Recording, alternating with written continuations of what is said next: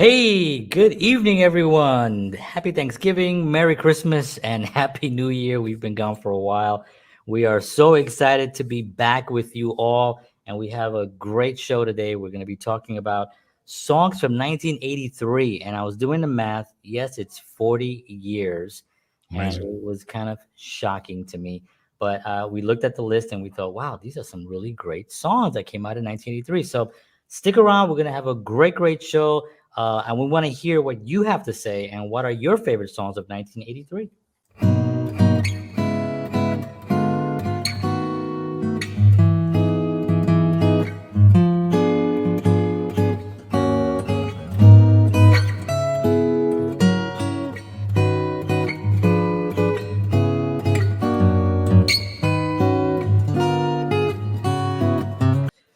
All right. Good evening, everyone. Thank you so much. George, how are you, buddy? I am fantastic. I am excited about season 2 of Counterparts. We got some great stuff I coming know. this Yeah, year. this is so exciting. We are, we talk about this a lot, obviously, but not so much on the show where we really was shocked last year. we Yeah. we kind of had no idea we were gonna have the amazing guests that we did and the response that we did that we got, and it was really a blessing. And we want to thank everybody who took the time to watch our show and to write us and to send us stuff and to all the guests that gave us their time, because we know that there's a lot to do. People are Hmm. busy. There's a lot of things that's going on, and for them to be able to come here and spend an hour with us is such a blessing, and we are super grateful. So thank you to all our guests, and thank you to all of you for watching. We appreciate it. We're going to be bringing to you the same thing. We're not going to change much because we had such a great year. Why change it? But we are going to add more. We're going to be Yes. adding a lot more, and just try to really just elevate the quality of the show. And I'm gonna keep my hat. I'm gonna keep my beard. The funny thing about the beard was that I was telling people I was gonna shave it off for the next thing, and I got so much pushback.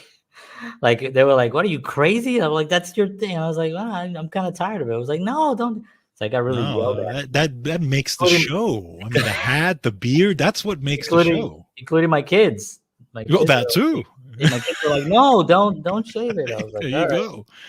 So this week we're gonna do something interesting for our first show of 2023. Happy New Year, everyone! Hope you all had a great New Year's. But 40 years ago was 1983, and George and I were talking about we're musicians and we love music. We're actually it's love is not even really a strong enough word. We're sort of obsessed with music.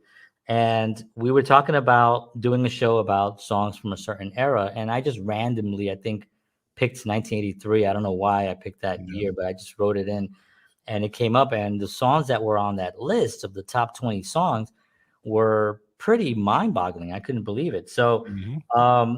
what we're gonna do today, it's gonna be we want to hear from you also. If you have your favorite song from 1983, we're gonna go down a list. We're gonna do the top 20. Obviously, we're not gonna take too long on each one. And then George and I picked five of our favorite songs from that era. Now, somebody did ask me a question as I posted one of the content promoting this. They asked what genre of music, and I thought, oh, that's a valid question.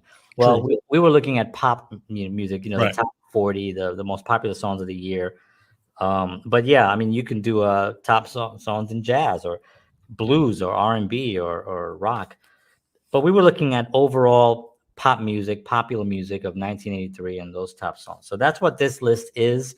And what are your thoughts on that, Jorge?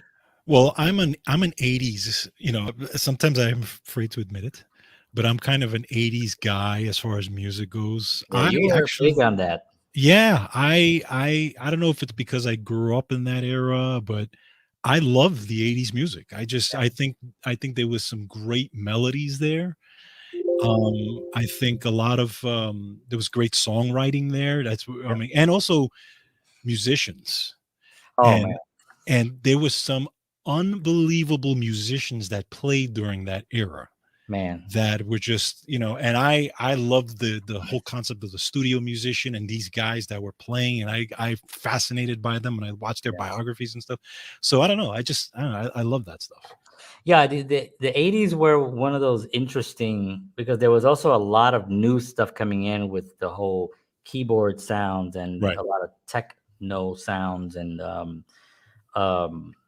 you know the 70s, late 70s was that, what do you call that, pop rock, not pop rock, what was it, Sting and the Police The and police. Yep. the Ramones and Mhm. what do you call that? I forgot what kind of style of Well, music that is. you're talking Yeah. about now I'm blanking out Yeah, on it. that. See how much we're into music? You see how obsessed we are that we can't even Punk. think of the punk Punk. punk Yes. music. No, Yeah. I just So, called you a punk oh, you because just you said don't punk. remember these. But funny you called me a punk because That's that's exactly what it is. So punk music, and then that kind of led into a lot of a keyboard and right. harmony, the Casio decade. Yes. But within that decade was incredible music. I mean, Oh yeah, amazing definitely. guitars and amazing Uh, bands and it was just really great. So we picked um, one year from the 80s, which is 1983, which was a really an amazing year. And we're going to go down the line. So what I'm going to yeah, go ahead. but before we do that, John, I just want to make sure that we mention our sponsor.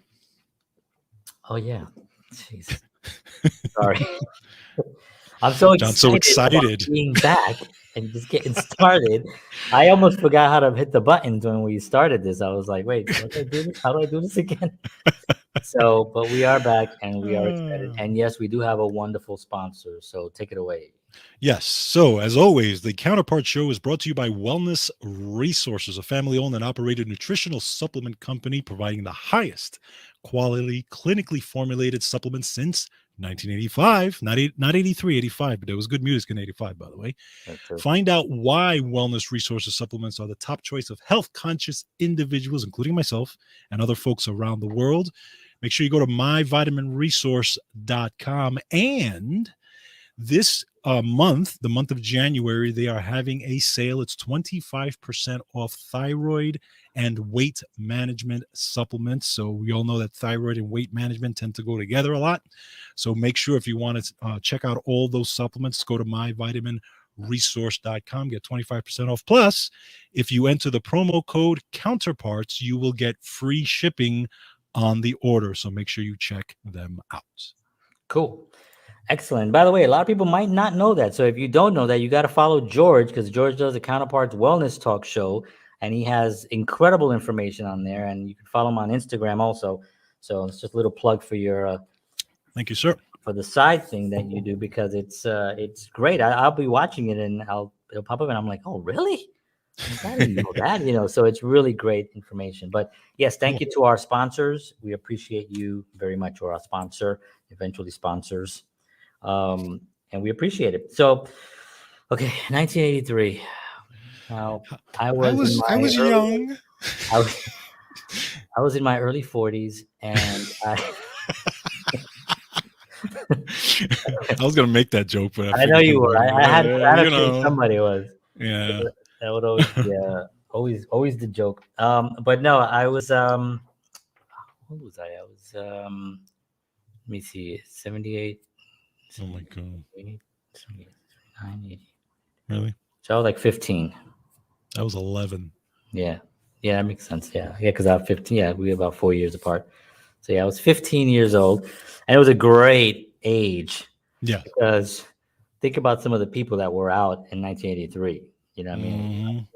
And Definitely. we're gonna talk about, a lot of these artists here. So what we're gonna do, so we're not here for 4 hours, which George and I do sometimes.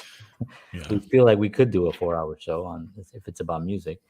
We're gonna go and we're gonna go through the list, top 20 of 1983, and if you guys have any thoughts on it, please let us know in the chat there. Let us know, just let us know your thoughts on it. This was taken, just so we know, this is from playback.fm, which is the charts from the top 100 songs of 1983. We're only going to do the top 20. Hmm. I might do 21 because 21 was a really a great song that I really liked. Do Was it. so we're gonna start on 21. Why not? Go for Um, Spandau Ballet, True, it. Spandu, You Spando. know, Span- that song, by the way, every time it comes on, I listen to it. It's a great song. It is a great song. It's a It's great a song. beautiful melody. I Yeah, like it. And yeah. and the guy said, by the way, it was very hard for him to sing.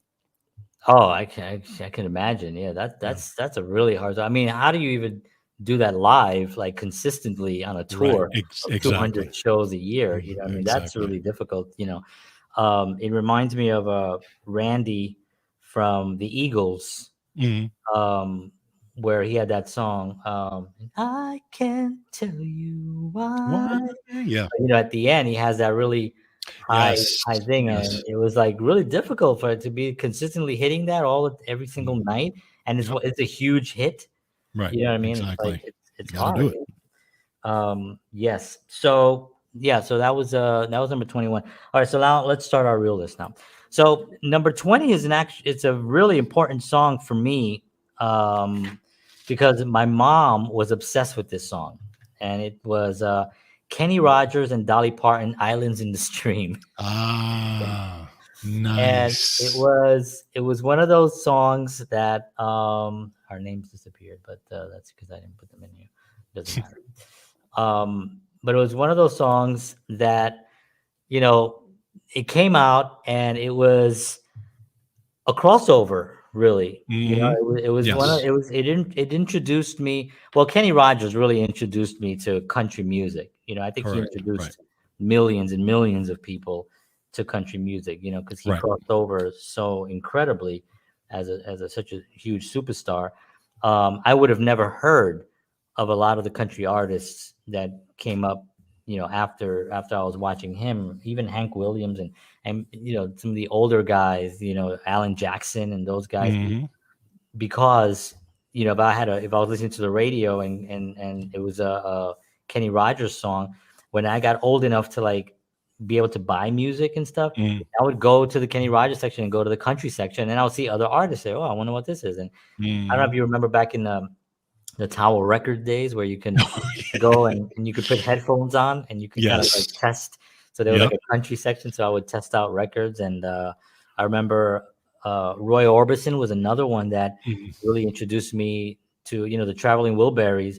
That's That was right. like a huge thing for me, and it really brought country in it. So this is an important song for me because it really broadened my musical spectrum, Mhm. and my mom. My mom was a huge music lover. My mom loved music, and it's definitely where my biggest influence in music was my mom. She played everything from Kenny Rogers to Air Supply to she would get the records. She'd have all the Thriller album and stuff like that. And she would come in with those, and so that was a big influence on me. But she loved this song, and if you remember when you put the record on, you can hit a little button that it would just go back and just replay it again. Yeah. So she had it on replay, and it would play. I would wake up, it's playing. I'd have breakfast, it's playing. I go outside to play. I come back, it's playing. It would be like all day long. Island in the stream, that is what Yes. we are. And she just loved that song. So that was number 20. Do you have any thoughts on that song? Do you remember it? No, it's a great song. I've always loved that too, and it's funny because I hadn't heard it in so long. I heard I it know. recently, but I mean, literally, it's one of those songs. And again, a lot of these songs I identify with because at that time, my mother used to drive me to school in the Mm, morning, St. John's actually, yeah, and I used to hear these songs in the morning. yeah, So yeah, every time I would walk in, because my brain sticks with a song, it would stay with me the whole day. yeah. So this is one of those songs that would stick with me, and I'd be in school and I'd be "Islands in this dream," Same but I thing. love it. Yeah, Yeah, same great thing for song. me. It was just such an obsessive. Let me see if I hit this. Oh, good. They hit our names here again. Yeah, it was such a great song. I actually recently just put it on my playlist, as a matter of fact. Mhm. And if you go to Spotify, if anybody's interested in like a playlist, I created this playlist, and it's called Great Melodic Songs. Now, if you listen to this playlist, it's not a playlist of like pop songs from the 70s. It's not from the 80s. It's not from the 90s. It's not from 2000s. It's from Everywhere. everywhere. I have John Lennon in there to Jason Mraz. If it has a good melody in it, and it moves me, it's Mhm. on this playlist, and it's like I think it's like I don't know what the hours are on it, but it's a pretty long playlist. It's at 9 hours now, so Oh, you could have 9 hours of is that all? 9 hours of this playlist. You can just play it, and it's a really good one. But anyway, I just added Islands in the Stream on there because it came up Nice. on in my radar again. I was like, oh yeah, I haven't heard that in a while. All right, Mhm. let's move on here because we have a lot Go for to talk about. All right, so number 19 is Men Without Hats, the Safety Dance. Safety Dads. Yeah, yeah, not. I like Men Without Hats. Right. That song was not one of my favorites. Not mine either. Yeah, not one of my favorites, but I do like some of their stuff that they have. I can't think of anything right now, but they have some good stuff. Number 18, Eddie Grant. Do you remember this? Electric Remember? Avenue. That's right. Electric Avenue. Again, not one of my favorite tracks of the year, Here. but a very entertaining song, Yes. right? I Yeah. mean, that's what it Agree. was. It was like a song that was kind of different. Right. It was a catchy tune. It was It very just catchy, and it was yeah. one of those things that you can actually be outside and somebody will say, where is it at? It's Electric Avenue. You know, it just became, and then you take it higher. It just Yeah. became a funny thing for people to say. So it was a very popular song. At number 17, we have Rod Stewart with Baby Jane. We talked about Rod Stewart, one of our favorite artists of all time. George can't get enough Rod. Ay, ay. George cannot get enough Rod, if anyone Remind understands. me to clip that one out. Edit. Number 16, number 16, Michael Sembello, Maniac. Maniac, Yeah. maniac. Oh, no. So that was from the film Flash Flashdance, dance. Yes. and that was actually a good, very good film. And I grew up, in the Bronx, and I was sort of a ghetto celebrity. I would break dance, and it got out for some reason. Somebody just told a lie that I was in Flashdance. And there's a scene where they're doing dun dun dun dun dun dun, Right. whatever the White lines. breakdancing scene is. What's the song? I can't remember. It's just begun. That song. Oh yeah, yeah, yeah. Right. Mhm. So anyway, there's a song in there. There's a little guy looked just like me at the time, and he's doing all the stuff that I used to do. Exactly the stuff.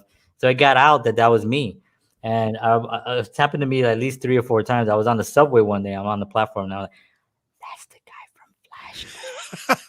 And I I'm would in have my booked head, it. and in my head, I'm like, oh God, please stop. I'm like, and I was so introverted that I didn't even know how to like say, it's not me. Right, right. But I just was like, stay quiet and just pay attention, look forward. This was before like I didn't have any headsets where you can just pretend like you're like Uh, you don't hear anything. But yes, this was a long time ago. So that was okay, so that was where was I again? Oh yeah, Maniac. Number 15, Marvin Gaye, Sexual Healing. Now, isn't that actually, interesting? I for some yeah. reason thought that song was like much older. Like Really? Marvin Gaye, Sexual Healing, 1983. I don't know why, but I think of Marvin Gaye as like, I don't know. I guess I just thought black and white Marvin Gaye from Motown, and not necessarily Marvin Gaye close to, unfortunately, when he was taken from us, Yeah. with Sexual Healing in 83. Was it, when did he die? Was that 84, 85, I or was thought it that was later? Or earlier was it than that. later? I thought it was earlier, to be honest. Wow. But I'm not really sure. Let But I me. guess yeah, I mean I can understand because you think about Marvin in the like what maybe the late 60s with Trouble Man Yeah, and April those 1st, 1984. 84. Look at that. So it was a 4. year later or that year, that later year wow. Yeah, yeah, yeah. I remember that too. I remember when Oh, I that whole remember that thing when too. he passed and I was like, That was like I didn't I at the time I was still young so I didn't understand how big he was, yeah, yeah, but yeah. yeah, I didn't probably even I didn't get that either. I just knew that it was all over the news. It was a major thing. I mean, it was his right. dad and all that stuff. So it was the tragedy of how he went out. But the song, very, very, very good song. Yes. I mean, Yes. good Lord. I mean, you talk about a song that the title and the energy completely complement themselves so well. Yeah, he Sexual created appeal a in the beautiful song. picture Yeah, in that and it song. wasn't like, and we're gonna do a show in the future about music and about love in music and stuff for our Valentine's show. And he wasn't dirty. Right. You know what I Correct. mean? He was Correct. just oozing of sexuality, and Right. and you can feel it in the music and all that. Same thing with Barry White. You know what I mean? Mhm. It wasn't, it was like very sensual. It was just like almost like a romantic thing, and even Exactly. though it had that tension in it, Yes. compared to what the stuff that's right now. You girl, I like your booty. Girl, I like your booty. So anyway, I just No, he wrote did that. it a very That will you be should out. remind me to clip that one out too. Yeah. By the way, that's on the Spotify playlist if anyone's interested. I don't like your booty. I don't like your booty. But, Um, no, he did it in a very tasteful way, and that's what, Very tasteful. Marvin Gaye was just, yeah, Yeah, he was amazing. incredible. Billy Joel, Uptown Girl, is coming in at number 14. Let me get Number 14. number 14. Billy Joel, Uptown Girl. Very good song. At the time, it seemed like a song that should have been out in the 60s.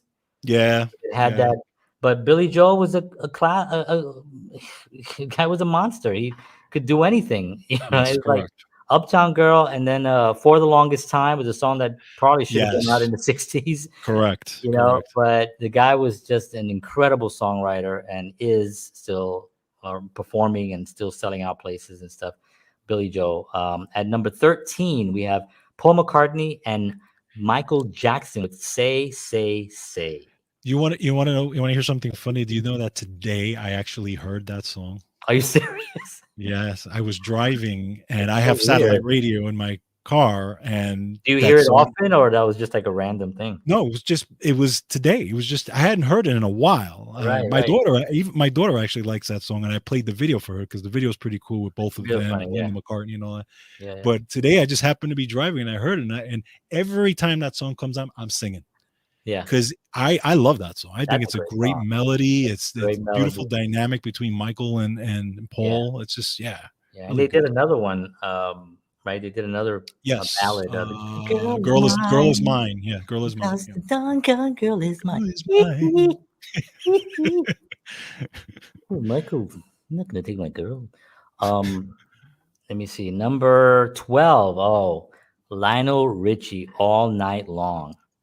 I mean, was that song like that song was like the song. I mean, we used to crank that up in the car. I mean, that was like it's still a great song. It's still a great song. I hear Still a that great. one I all the have time that on my also. playlist too. One of Uh, the memories for him performing that song back then was on the American Music yes, Awards.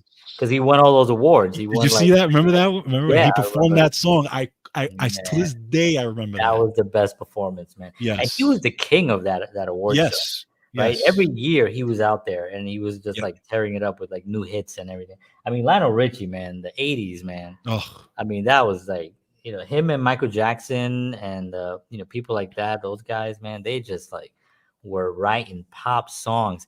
But that song was so catchy and it had the music video was really entertaining as well. yep. This is the beginning of MTV, Right. so a lot of these songs now for George and myself have images attached to them. Whereas if we Correct. go to songs to the 70s and the 80s, we might have concerts attached to them, concert Right. images of or even just photos, really, Exactly. stuff. But with these songs, immediately the music video comes to mind from the MTV era when MTV used to play music.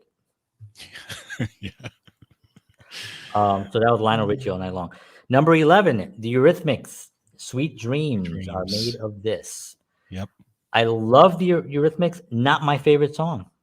They have I a body of work mhm. that's sick. Like Yeah. Time, Yeah, yes, yes. ridiculous. Mhm. They Yep. have Agreed. so many great songs. This was a great song because it was their breakout song. It Right. really got them the Right. the, the exposure, and then they can go out and write the stuff that they wrote. So it was really great, and Yep. it was everywhere. I don't know if you remember, but this song was the radio would just, and again the music video. I see the music video and very much part of it, and she was so unique looking. She's beautiful, Yes. short Exactly.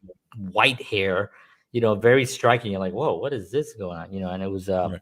so she was dynamic. I loved the Eurythmics. She was great. Right. Nina, 99 Red Balloons, number 10. Uh, Yeah, yeah. No. yeah. Never. It was a German song. Yeah. Popular. I think it was a popular German song. I think my wife told me that. She was like, it was a I did German hear that. song. It was like 99, something like that. She mentioned it to me, and I was like, Klingon. I could see why the American version was such a hit, but it was not something that I would. It was on all the time, so it would play. And remember, people, we had only radios. That's right. There was no internet. There was not. I didn't have a Spotify playlist. It was That's like right. if you played on the radio, that's what you were hearing. Now you had your Exactly. records, so you can just play your records, but the radio was where you found the music, where you Exactly. found new stuff that was coming on, and Yep. you were always anticipating for something new. So, it came on and you had to listen to 99 Red Balloons, you know. Yep. You're right. You're right. Um Never got that 100. Um UB40. Well, 1983 is UB40. If you were born in 1983, UB40 right now. UB40, Red Wine. Blind. So, um, a song that Neil Diamond's a song. When he sang it, I love it. Not a huge fan of the UB40 version of it. Now, UB40 themselves, they're great. They Yeah. have some really great songs and just a great band altogether. But the song, I don't know. What are your thoughts on it? You I. loved it. You loved No. it. No. It was No. my wedding song, All John. right. Yes, I confess. No. It's not no. It's. I mean, it's okay. But the funny thing is that it was many years that I did not know that was a remake. Oh, really? Oh, Yes, yeah. You know what? Probably the same thing with me. till I was well Yeah, older that I actually did not know that. yeah. It's interesting when you find those songs that you don't, and then you hear an old version of them. You're like, holy Yeah. cow! I didn't know that song was Yeah, actually. oh, look, Neil Diamond remade this song by UB40, and he's so silly. He made it like 30 years ago. He remade it 30 years ago. No, I think it's. I mean, I love Neil Diamond, right? Neil Yes, Neil Diamond. Diamond's I mean, I amazing. could do a whole show on Neil Diamond. My mom Yep. again was a huge Neil Diamond fan. Right. So I got to hear all that stuff. Not one of my favorite Neil Diamond songs. I mean, he's got like No, songs he's got that are just ridiculous. incredible songs. Yeah, just so good. But yeah, that's UB40. So we're gonna go number 8. We're getting down to the end here. Number 8 is Bonnie Tyler, Total Eclipse of the Heart. I think it's a beautiful song. Yeah. Here's what I thought about that. What I think about that song. That song when it first came out, I think it took the world by storm. Like, 'cause Yes. her voice was just so Yes. good, so strong, so distinctive. Also, Right. like you knew it was her. And but then as the song kind of like for me anyway, it grew almost. It seemed to very theatrical. Yeah, it gives me It a became very Meatloaf vibe. right. It's funny you said Meatloaf. I was gonna mention Meatloaf. I should have said it earlier. I Yes. was gonna mention Meatloaf. It gives me a Meatloaf vibe. Clip that Well, one I out. went out to dinner last night and it was not Had fully a cooked, and I had a Meatloaf Meatloaf vibe. vibe. And you know, yeah, that was something that that's what it feels like to me. You know, I could see him singing that, I right? completely, yeah, 100%, yeah, total eclipse of the heart. I could totally see him singing that. Yeah. But yeah, that's But I do like it though. I think it's it's a good song. well. it's a good song. I think it's well put together. But Yeah, I no, understand. I can see what you're saying about it, yeah, though. yeah, Yeah, it's a it's good song. very I think it was very theatrical, and I think the yes, music video, it's so weird. You know, the images on that are happening there really don't align with anything that makes sense of the song, which I right. love when that happens because you're like, all right, I could just watch the video and not have to be like, oh, okay, he's gonna get the girl, or she Exactly. meets the love of her life now at the end, and then they walk off. In 3 minutes, she fell in love. You know, Mhm. but no, this was just kind of bizarre images, and I love stuff like that. Yep. All right, so we're going on here. Number 7, Culture Club. Do you really want to hurt me? Now I'm a huge Boy George fan. Not this song in particular, Okay. but he's got some other songs like Time. Again, I mentioned another song. Yeah, Time is a good song. Time Time is is a a good good song. song. I Yes, I agree. mean, I agree. time could have been so much Yeah, it's a very driving song. It's a very more. Yeah, and has a very beautiful groove to it, melody, you and know. his voice is really great in it. Yes, Boy yes. George is really a great singer. You know, I Yeah, mean, yes. I he kind agree. of, he kind of came in and shocked everybody because of the Right. way, the the look and stuff. Mhm. Right. But he was one of those guys that delivered. You know what I mean? Mhm. It wasn't like he came out for just to show that he was this guy and then didn't have the goods. He had the goods, and he Yes. still has the goods. He's Yes. still singing. I agree. But definitely, that was number 7. Mhm. Number 6, David Bowie. Let's Dance. What a Amazing. unbelievable song.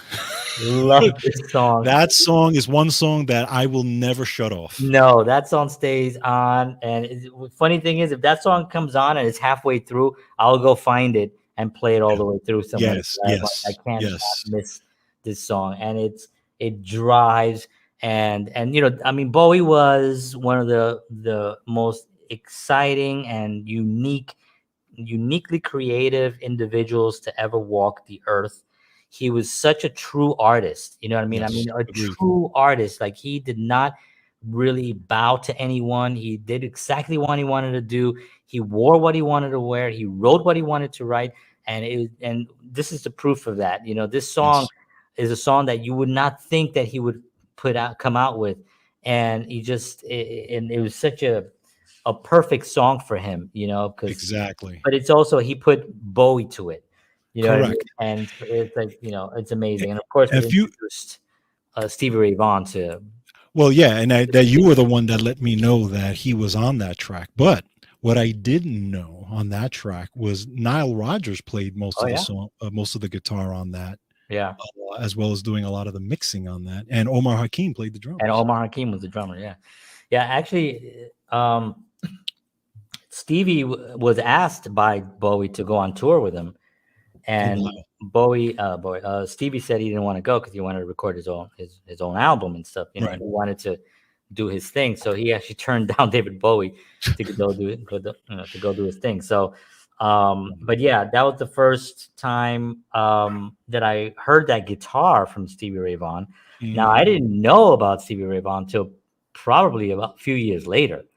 Right. When Texas Flood came out, right around that time. But I didn't hear about Texas Flood till years later. Right. It wasn't until like 88, like 88, 89 that I started like hearing Stevie Ray Vaughan. And I was like, oh my God, and he blew my mind. So Stevie and Bowie on that track was just incredible. And Agreed. such a great Agreed. driving song too. Yeah, and I mean, it's funny. It is a long song, It has, and for yeah. radio, they cut it for radio, but it's When you much hear the longer than what it song, is. it Yeah, it has a yeah. lot of really cool parts in it, and Yes, more guitar too, which is correct. probably one of the reasons why he did that. Yeah. Because it's such a good groove. You're like, man, let's not cut this up. Oh no. Let this flow. All right. So now we're gonna go to the guy who controlled the '80s. Number 5 is Michael Jackson. Beat It. Beat it. So, I'm waiting. I thought you were going to. well, What are you what going to do you say? say? I mean, It's interesting. You were, I think, in the impact that I felt when I heard that. First of all, the video, right? Watching the video was a a major million thing, times too. right? but the impact of that for me was he came off of the really poppy stuff, Yeah. right, with the Off the Wall and all these other things, right, that were more very pop, and all of a sudden it's this driving riff, which was played by Steve Lukather, Uh-huh. and this rock heavy driving song, Jeff Porcaro on drums, and Eddie Van Halen on Solo. guitar. And I'm like, holy cow, where did he come up with this? Yeah. Completely blew me away. And I'm 11 years old, and I'm like, Yeah. holy cow. Yeah. So I mean, Michael Jackson in general, I think we all know what happened when he came out, but it happened a few years earlier, when he was on the 25th anniversary of the Motown. right, Everybody right. knows that famous when he came out and he did Billie Jean and he did the moonwalk and the next day, George, you were young, Yes. but I do remember that the next day the world was different. Yes. Like the Yes. world Yes. shifted. Something Correct. happened in the world Correct. right after Motown 25th, where people were. I went to school, and everybody was. Did you see Michael Jackson? He was doing the moonwalk. Did you see that? Did you see that? And it was like, and then the songs came out, and then it was over, took over the world. But "Beat It" was one of those videos that, till this day, that song is being, they're doing they're doing the flash mobs and stuff like that, where they Yep. meet and they do the dances and they're all the same, so epic. I Yes. mean, such an Yes. epic song, such a moment in history where music really elevated to something that was new, and Right. that's kind of like what we talk about now, like what's the next thing that's going to blow us away? You know what I mean? Correct. It's like Correct. we're waiting, reggaeton maybe. No, I'm just kidding. But for me, it was like, I just think that also Michael Jackson's genius was not only Michael Jackson. You mentioned Oh some no. musicians that were there that were Yeah. like, It was I Quincy mean, Jones Steve too. Lukather, Quincy Jones, Eddie Van Halen, Porcaro on drums. I mean, the best of the best Yes. making this track happen, and just the Thriller album in itself was Yes. just an incredible. Now, I want to mention that gentleman I wanted to Yeah, talk we're about gonna too talk as about well. We'll that. talk about that as We'll yeah. talk about that for sure. So, all right, so let's go to number 4. It's Oh, Culture Club. thank you, Leah. By the way, got a heart from Leah. Oh, thank you, Leah. I appreciate it. Love, love, love. Um, so Culture Club, Karma Chameleon. Come on, come on, come on. You know, I get torn with that song. I mean, there's sometimes where I'm in the mood for it, and there's sometimes where I'm not. Right, like when you're dressed as a woman, Yeah, well, you're of really course, into it, and then that's when you're only on dressed Saturdays. as a Viking, Saturday. then you like. Um, no, I know exactly what you mean though, because it is a fun song. It is right, It's a correct. fun song. It is a fun song, And that's the thing about music. We sometimes get a little bit too significant about music, and it's like at the end of the day, do people enjoy listening to it? Right. Right? That's the bottom line. You're right. It has nothing to do with like the level of like, oh well, I like what he did on here, where they changed keys and then they modulated and they did, that's all fun and dandy and all that stuff. But at the end of the day, it's like, do people like it? And people were walking around going, "Come, come, come, come, chameleon, you come and go," and they just really are into it. So No, it's a you're good, right. good And fun song. there's exact, but the other part of it is the mood, right? So, like Right. certain songs that I listen to is depend on the mood that I'm in. And Sure. if I'm in a fun mood, yeah, that song I would love it. But then if I'm Yeah. in another type of mood, I'm like, I don't want to hear it. Yeah. Like So, if you're like laying down ready for bed and somebody's like, "Come, come, come, come, chameleon, can you turn that thing?" yeah, my wife does that all the time. Right in your ear. Come on, come on, come. Not even the record. She's just singing in your ear. Come on, come on, come on, come on, chameleon. And you're like, what are you doing? I gotta go to work in the morning. All right, so hold on. Let's see what else. Culture Club. Okay, so number 3, Michael Jackson, Billie Jean. Billie Jean again. Again, I what can mean, you just say? That video came out, when those drums start, it's over. epic. Yes. Epic. I mean, you don't even need to know. My kids, my Yes. son who's 6 years old, when those drums started, he knows that's Billie Jean. Yep.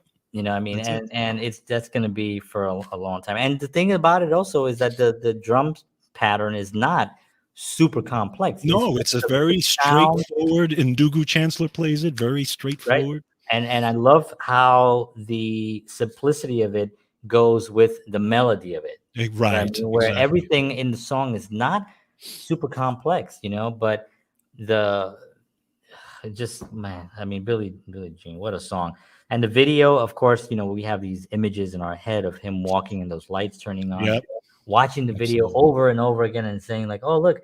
Oh, see how when he disappears, the steps still go and the lights still go," and trying to analyze the videos and stuff. So an epic song, an epic Agreed. artist. Agreed. Number 2, The Police, Every Breath You Take. You want to hear something interesting? So I'm a huge Police fan. I'm a huge Sting fan. A lot of people I know know what you're gonna that. say because I'm saying the same thing. This is not one of my favorite songs. No, it's not. And I get it. I know this is, at the time this was the song, everybody loved it, blah blah blah. To me, the song is like monotonous to the whole thing. Yeah. It just goes, maybe four or I five mean, it chords has and that this. little, "Oh, can't you Yeah, it see?" has that It little has part, but that the little rest, section, but overall, the song is about a an stalker. obsessive, yeah, an It's obsessive about person. a very dangerous stalker which needs to be stopped. Yes. Um, it's going on 40 years and it's still he's still trying to follow this chick. Um, Yeah, you but know, the song, to me is just like yeah, when I and honestly yeah. get Yeah, I actually don't even like it. Like if it comes on, I don't listen to it. And it's not anything to do about the Police because I love the Police. I mean, the oh, synchronicity albums are forget like about it. Yeah, forget forget it. They're about it. nuts. I mean, all that stuff that every little thing she does is magic is like one of my Yes, favorite songs of all time. yes, You know agreed. what I mean? Just incredible. So the Roxanne and all those things, just great songs. This one not my favorite. I agree. Not Police song. Not my Right. favorite Police song. But it is number 2 for Okay. 1983. And ladies and gentlemen, we are at number 1. The number Number one one. song. Yeah. The number 1 song of 1983. Um, but first, a note from Michelle. Michelle writes, "Dear Casey, my My husband, dog died. my husband does not like lasagna. Good in my face." So the number 1 song is Irene Cara, Nara, who recently passed away, who by the way. recently passed away. Flashdance, Water Feeling. So, Irene Cara, man, she was amazing. What a voice and what Yes. incredible hits. Yep. And she did the Flashdance records and stuff like that, but she had hits before and after that. Yeah. Really, really great songs. This year was that year of that film, so Right. these Correct. songs were really, really hot for her. And I think what was the other one that she had in there? I think there was one earlier on, right, that I mentioned, or maybe not. Hold on. Did she? Did you? Maybe not. No, I'm I not guess good. not. No, I was thinking of another song. Or maybe it was like later on the list because I've been looking at the whole list, and there's a lot Okay. of mentions there of people. Billy Joel again, and David Bowie with China Girl, and Right. Michael Jackson is there again with "Want to Be Starting Something." I mean, it's kind of. I mean, this is the top 100. I mean, Michael Jackson is in it a bunch of times. Jeez. So that was the number 1 song of Wow. 1983. Irene Cara from Flashdance. What a feeling. Interesting. Yeah, and definitely condolences to Irene Cara's and family and Yes. friends and everything because she was really an amazing artist. Um, and so that's our list. We're gonna take a moment because we want to actually acknowledge a songwriter that maybe a lot of people really don't know. Did the work that he did in Yeah. the 80s. And Yes. you'll probably be blown away that this one dude wrote the songs that some of them that we talked about today Yeah. on the And I list. have a little list of just a little snippet of things. So Yeah, so I'm gonna turn it over the to George. oh thank Sorry. there there was Take it a away, so there George. George, just go ahead whenever you're ready. Just Damn you! do it. Sorry. John, you always know how to take my spotlight. It's all about you. Anyway, so there was a gentleman in this era who was writing amazing material, and his name, and some of you may or may have not heard of him, his name was Rod Temperton. And the reason why you guys should know about him is because I'll give you an example of the songs that he wrote, not only wrote, but he arranged them. So here's just a few examples of the songs that he wrote: Thriller, Always and Forever, Baby Be Mine, Michael Jackson, Baby Come to Me, Patty Austin and James Ingram, Boogie Nights, Give Me the Night, George Benson, Groove Line, Ladies Night, The Lady in My Life, Michael Jackson, Love Times Love, George Benson, Off the Wall, Michael Jackson, Stomp, The Brothers Johnson, Sweet Freedom, Michael McDonald, Rock With You, Michael Jackson, and Yamo Be There, James Ingram and Michael McDonald. Sick. I mean, if you write two of those songs, no, if you write one of those songs, you have a career, right? If you write one, if you want, what he wrote, want to be given, give me the Michael Jackson song, the He wrote Thriller. He wrote Thriller. If Thriller. you just write Thriller in your career, you have a full career, right? If you only wrote that one song for Michael Jackson, you're a songwriter. You're going to be writing for the rest of your life. Even if any of the songs don't become hits after that, you have a career. This dude did it over and over and over again. Yes, he was just to give some backstory, he was the keyboard player for the band Heatwave, and he wrote all of their hits, or I think most of their hits. And then Quincy Jones really loved his writing and tapped him to start working with the Michael Jackson stuff, and that's how that started. So he started writing a lot of those Michael Jackson hits. Literally, he wrote them and arranged them.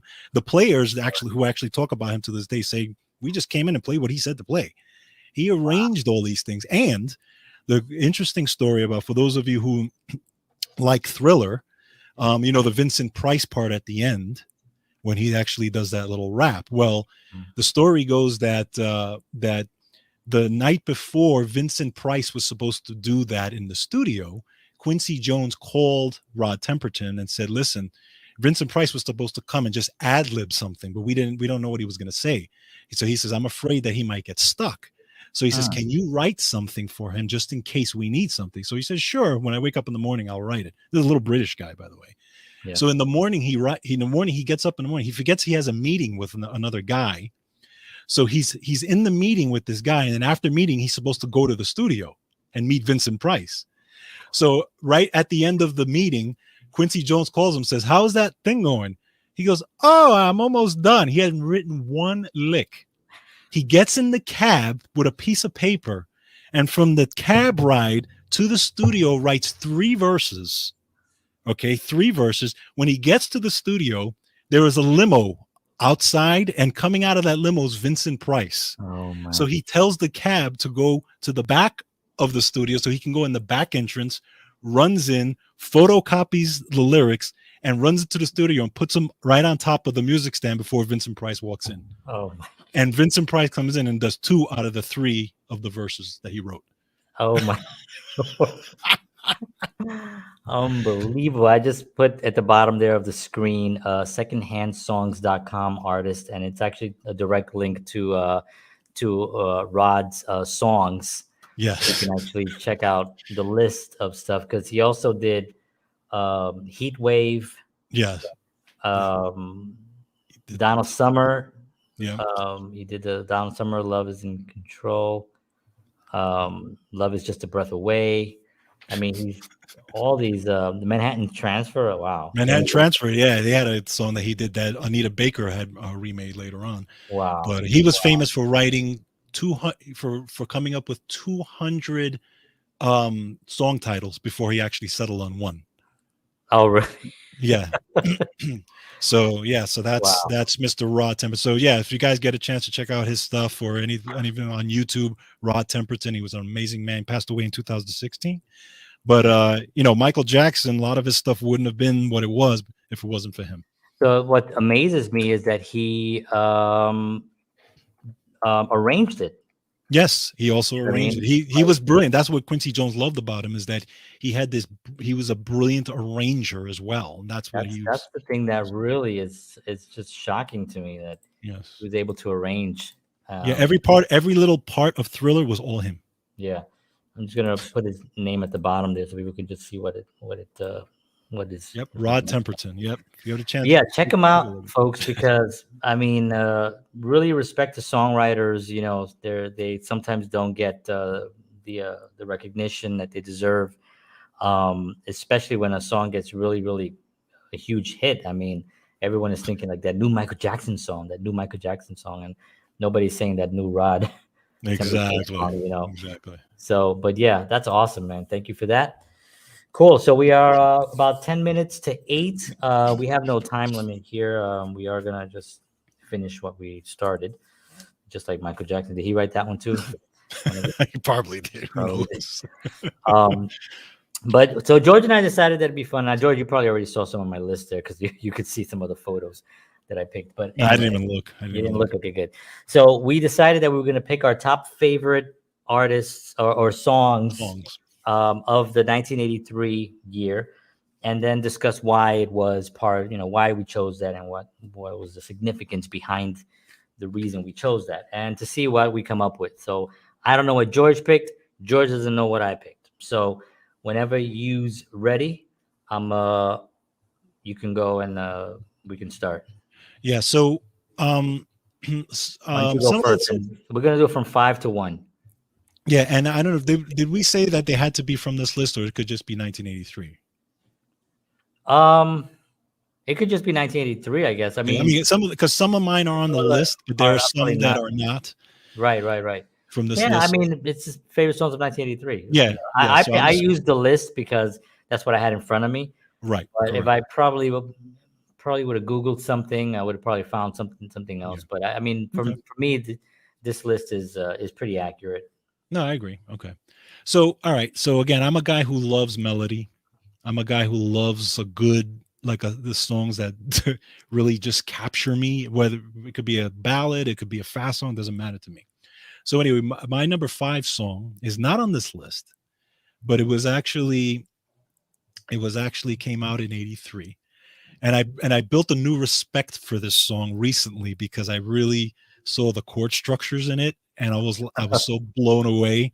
So my number 5 song is Never Gonna Let You Go by Sergio Mendes. Oh, When one of I the saw most Rick Beato Rick Beato's video. I remember that. talk about this song, I could not believe it. Now, this is a song, again, I love this song. It's one of those songs that I'll sing to every time I hear it. Great I song. just think it's a beautifully So that written was song. 83, huh? That was 83. It actually initially was written, or it was first done in 82, but it actually became big in 83. Right. That's when it actually came out. Oh, So I'm surprised that's, it yeah. must So be that, on the list, but probably further down or yeah, something. yeah. So, yeah, it was on his 1983 self-titled album. That's amazing. That was one of those songs. Actually, when I saw the Rick Beato thing, it also blew me away because I had Yes. no idea. You know, it's because it seems like such an easy song that to sing. You know what I mean? Correct. But Correct. when you try to play it, you're like, what the? Yeah, it was actually, just so you know, it was first recorded by Dionne Warwick in 82. Oh, interesting. Okay. Yes. And but it was not like, it was only recorded for like I think it was for a Like a movie movie or or something. TV or something like that. Yeah. But the rendition that we know of was Sergio Mendes' 83 self-titled album. Interesting.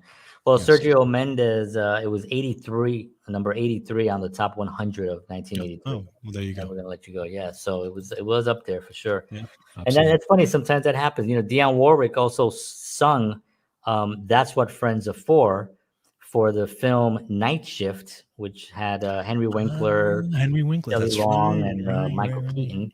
Look at that. And at the end of the song, he sang this beautiful. It was Rod Stewart, actually. No, I'm sorry. Rod Stewart sang the song at the Okay. end of Night Shift, Night Shift. Okay. and then Dionne Warwick and well, who was it? Oh, Elton John and John, Stevie Wonder, Stevie and Wonder. Yes. I Gladys think it was Knight. those I three. think was it Gladys Knight? No, Dionne Warwick, Elton John, Stevie. Wasn't it those three? No, I thought it was four. I thought Oh, it I was could be four. wrong, but I thought it was three. No, I thought it was four. I got to check again now. Now I have to check. But anyway, I'll check as soon as when you do Okay. number four, I'll check. I'm gonna do Okay. my So number. are we? You're gonna. Okay. So you get. So, so my number five. So my number Wrong. five is my number five is Billie Jean. Ah, Um, nice. Michael Jackson, Billie Jean. Oh, this is Beat It. Let's beat it. I hit the wrong thing. Sorry, Billie Jean. Um, Nice. so the Billie Jean track at the time when it came out, because I was kind of I was at the age of I was 15, 16 years old, and I was kind of like, out there and doing some little break dancing, and I was kind of like, I was just like, I was out there and stuff. It was such a huge thing, but we had cable in my house. We had HBO, MTV, and we had some channels and stuff. So Right. people would come to my house and learn Michael Jackson moves off of my screen. So I would stand with them, and I had a friend of mine who was an actual Michael Jackson impersonator. He used to come and dressed and everything, and he Wow. would do shows and everything.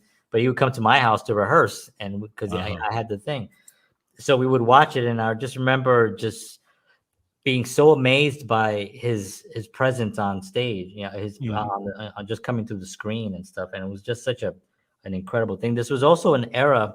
A lot of people don't. Right now we kind of a celebrity, you can go to their Twitter, you can go to their Facebook, their Instagram, their Snapchat, TikTok, whatever you can, and you could see them interacting sometimes in real time. You can Yes. see them on talk shows. You can see them on a whole bunch of. You can just they're very accessible to at least view.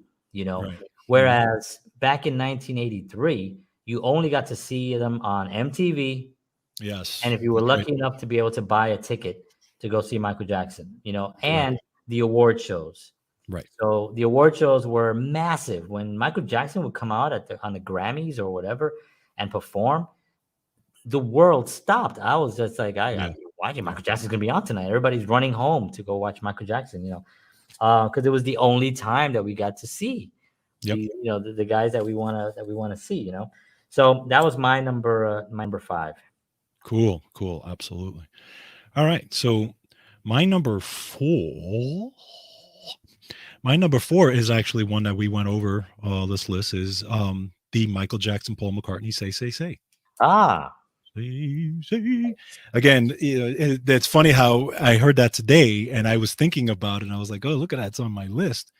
But yeah, it's the video is very entertaining. It's a lot of fun to watch them interact and just all the things that they do. They like dress like clowns, and they're doing all these things. But it's a beautiful collaboration between them two. yeah, And yeah. I you really don't love again, I you really don't love see that. these, you don't see a lot of that stuff like that. Yeah, The way they did it, at least yeah, yeah, yeah. today. You know what I mean? Yeah, it was funny because you hear stories about Michael Jackson, and later on they had a little bit of I know they had a Hey, a Brian, thank you riff. very much. Brian is welcome Thank on you, stage. sir. Loves the new background. Thank you. Appreciate it. But they had a little bit of something because Michael Jackson went to Paul and he was like, he goes, "I'm gonna own your Mm. music," Yeah. and Paul's like, Yeah. "What are you talking about?" And he ended up doing it, But he Yeah. did. Paul did get his stuff back, Right. eventually and stuff. But people don't realize that Michael Jackson was also a very, very shrewd businessman as well. Yes. Yes. He Yes. was, very knew what he wanted, and just got it. And Paul admitted that the Beatles were very naive about their music. Well, yeah. Mhm. Well, we're looking at the '60s, where remember, money did not come into music till the '50s when Elvis Mhm. Presley.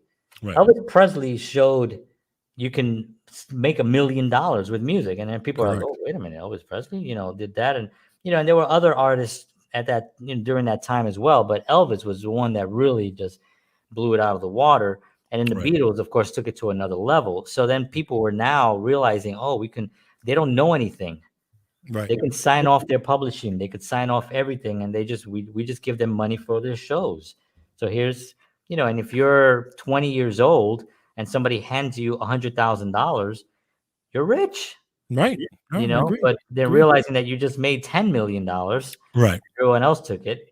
So that's part of what was going on back then. So yeah, and Michael, I think, had his father, who was kind of a, had his his issues, or Right. from what I've read, I don't know because I wasn't there, so I don't like to judge in that way. But from what I've read, I know that there was some stuff, even from Michael's own accounts, there were some moments that were rough on.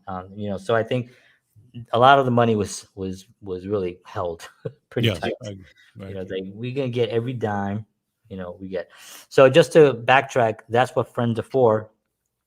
It was Dionne Warwick, Gladys Knight, Elton Oh, John, and was Stevie Gladys. Wonder. Oh, okay. All right. Yeah. So I missed it. And weirdly, Gallagher. He was singing just the back. No. I thought it Um, was Carrot Top. I love Carrot Top, actually. Carrot Top is hilarious. Mm. I like Gallagher too, actually. He's hilarious too. Yeah, there. I don't know if he can sing though. All right, so my number, where am I up to? 4? I did not. I did my number 4. Okay, yeah, so I'm doing my number 4. So now my number 4 is Beat It. Ah, So, and this again, same reasons. My 5 and 4 are basically the same. It's because Michael Jackson, to me, during that era, that jacket right there that he's wearing, I would never wear it because I'd be embarrassed to wear it. And I would look ridiculous if you can imagine a you short know little you Puerto have one. Rican walking down the Bronx wearing that. But uh, Yeah, but it would. Yeah, not like that I'm breakdancing not gonna jacket look you like had that. when you were 1981. Come on. That's true. That's true. I had my windbreakers with the white stripes and stuff. Exactly. But yeah, I would not be able to pull that off. But anyway, Michael Jackson was just a huge influence on me and my whole family and pretty much everybody. So that was my number 4. Okay. My number 3 is again kind of going back to more of a melodic thing. And again, I'm a sucker for ballads, for really a really good ballad. So I'm kind of going back to the ballad piece. Now again, this is something that was in that year, but it wasn't on this list. It's probably down the list. But it's Baby Come to Me by Patty Austin and James Ingram. Oh yeah. Oh, that's a I great love song. I love that song. One of my That's a favorite great song. ballads. Yeah. And it was again written by Rod Temperton. And Man, that dude. yeah, Unbelievable. and it's just it's one of my favorite ballads just of all time. So I every time it comes on, Wow. I listen to it, and I love James Ingram. I've always loved James Ingram. Actually, Yeah, me too. he has significance to me because he did a song with John Tesh that was my wedding song. Oh, that's right. I remember. And I've always liked his voice. I kind of liken him to Michael McDonald a little bit, and I'm a big Mhm. Michael McDonald fan as well. Yeah. So I've always liked, and Patty Austin is Patty Austin. I mean, she's just Yeah. incredible singer. She's amazing. So so that's my number 3. That's awesome. Yeah. Yeah, we lost him too early too, man. I mean, Yes, absolutely. that And dude oh, was by the way, fun fact: he wrote PYT. James Ingram. Yeah, Really? yeah. With I Michael heard Jackson? this the other day. Oh, I didn't know that. So yeah, it was Quincy Jones and one of his buddies. The guy that was with him was telling the story that they were both in a car. These young girls were next to them in the car, and they were like, "Hey, where you guys going?" They were like, "Oh, they were chatting. They were beautiful girls." And they're like, okay, they're going to a party in Beverly Hills. So girls drove off, and the guy goes, "Oh, those are some pretty young girls." And Quincy Jones goes, "Yeah, PYT, pretty young girl." Oh, yeah, pretty young thing. That's what it was. Young Pretty thing. young Yeah. thing. Yeah. He goes, PYT. He goes, that's a great thing for a song. So he calls James Ingram and he gives him the pitch, and James Ingram writes the song like 2 days later. Wow. That's There you unbelievable. Wow, I didn't know that. I didn't, Yeah. never knew that. Yeah, but I mean, yeah, Quincy Jones and James Ingram did some great stuff Yes. together also, and so that's the thing about music, and it becomes such a family. Yeah. Calling people up and just like, hey, check this out. There's no like he didn't like Quincy Jones didn't say like, oh, I'm gonna go home and write this now. You know what I Right. mean? No, he called him up. He said, hey, write it, and he wrote it. There You you know what go. I mean? It's just like the being able to give the love and give the pitch. You know what I mean? Right. That's wonderful. I love that. That's awesome. All right, so my next one is by Gallagher. Actually, no, my next one is actually Crush the watermelon. yeah, written by Rob. um, So I struggled a little bit with these two next songs to be three and two, but my number three is the one that I had mentioned.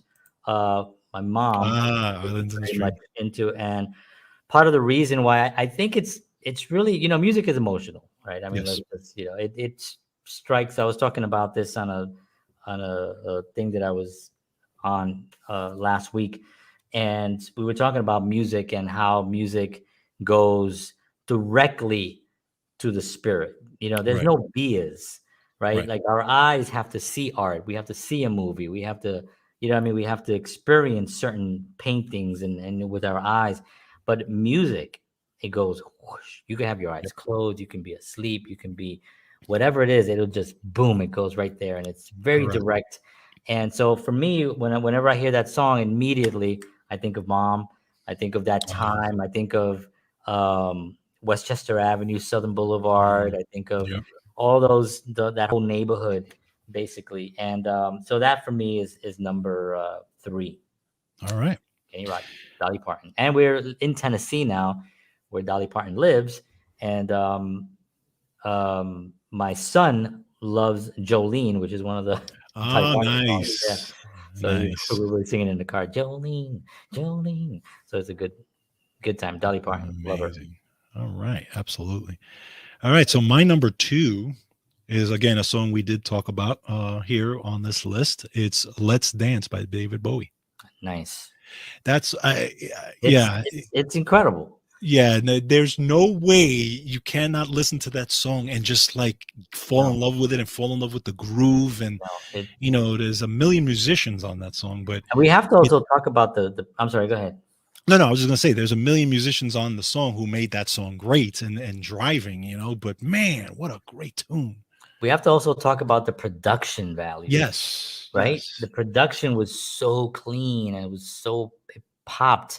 Everything was so well balanced on that song, and you heard Stevie's guitar in the background. yes, Let's yep, dance, ding, ding, ding, ding, ding. yep, You heard it. It was like, and I know it's him because I know that guitar sound. You know what I mean? Like exactly, I can hear exactly. it when those notes come. It's just awesome. So yeah, But that's it's interesting. I'm wondering.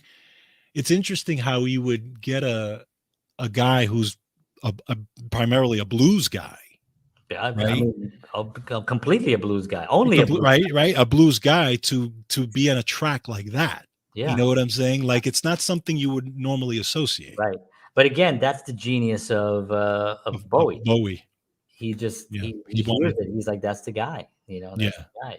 And yeah. So that's awesome. That's Yep. awesome. So that was your number two.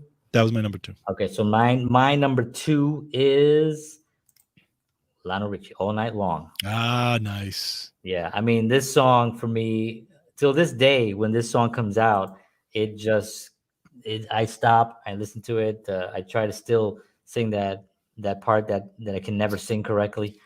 Bum-ba-ding-dum-bang-dum-dum. Oh, Hey, number, number. yeah. John Um, Robinson on drums yeah, John Robinson on drums. Well, John Robinson was kind of on every show. pretty much on a bunch of stuff there.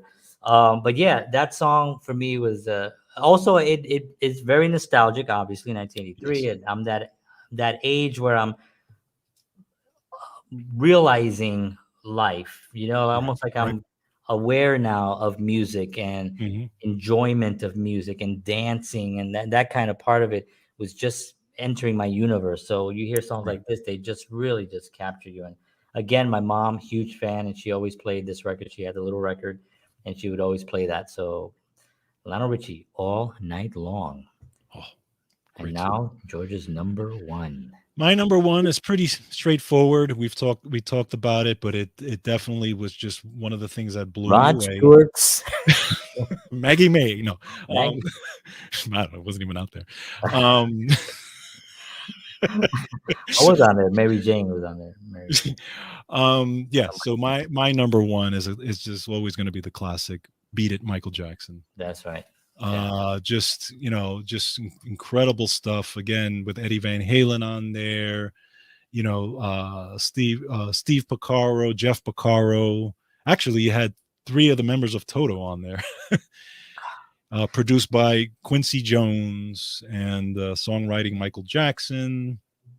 Just again, just a beautiful driving rock tune that just Yeah, that just blows you away. It's just, yeah, yeah. And I remember, again, I remember as a kid, that was one of my fondest memories of being affected by that song, yeah, listening to that song. I actually had the album.